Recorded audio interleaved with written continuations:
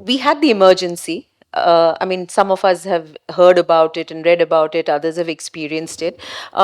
Is there any learning from there that that could apply here, of how to survive and how to ensure again that, or it's just the elections and how people decide which way the executive will be, whether the executive will be diluted or strengthened further with a majority Yes. verdict?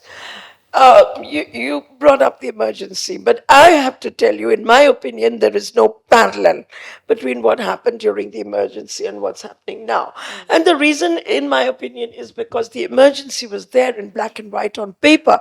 Yeah. And it's very much more easy to challenge a document or which tells you, this is what I'm going to do. I'm going to censor the press. I'm going to suspend civil liberties. Then you know where you're coming from. You say, you cannot suspend civil liberties. Your battle is clear.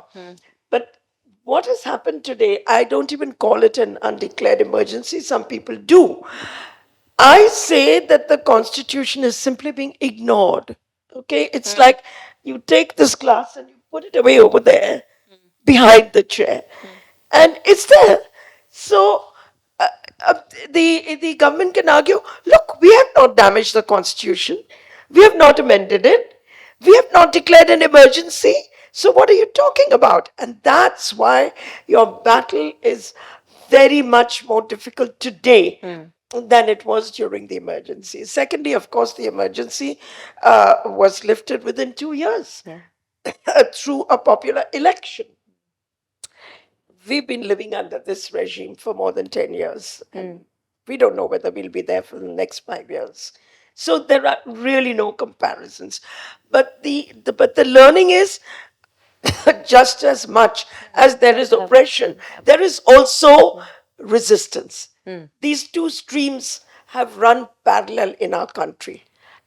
And dare I say, would you agree if I said that civil society resistance versus opposition parties resistance, it's the civil society resistance that seems to have emerged again through the courts, through legal recourse and measures, isn't it, that has provided resistance and movements, people's movements? Yes, it's civil society is strong in this country. It is very strong, and it has provided. Somebody mentioned the other day that after the elections, the real opposition is going to be civil society, not the members of parliament who are sitting in parliament. In any case, you can see what's happening to people sitting inside parliament. Someone like Mahua Moitra, who provides resistance, she can be picked up like a fly and thrown out of parliament. So I see a bigger role for civil society in the days to come. And I do see civil society being up to the challenge.